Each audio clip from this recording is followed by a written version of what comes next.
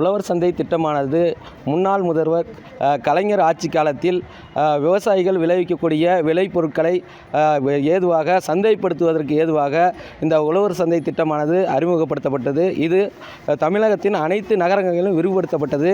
இதனைத் தொடர்ந்து திருவாரூர் நகர்ப்பகுதியில் அமைந்துள்ள உழவர் சந்தையானது கடந்த சில ஆண்டுகளாக சிதிலமடைந்து பழுதடைந்தது. இதனால் உழவர் சந்தை மூடப்பட்டது.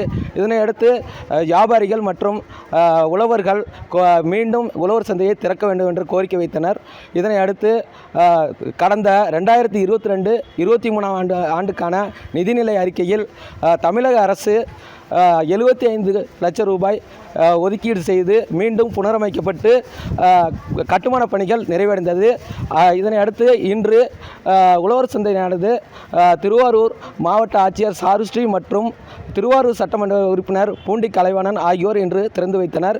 இதனையடுத்து விவசாயிகள் மற்றும் வியாபாரிகள் மிகுந்த மகிழ்ச்சி அடைந்துள்ளனர் என்பது குறிப்பிடத்தக்கது.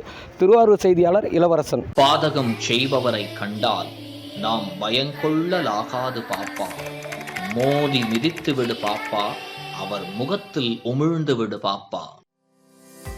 அண்மை செய்திகளை உடனுக்குடன் தெரிந்து கொள்ள இணைந்திருங்கள் இயம்நாடு தொலைக்காட்சியுடன்.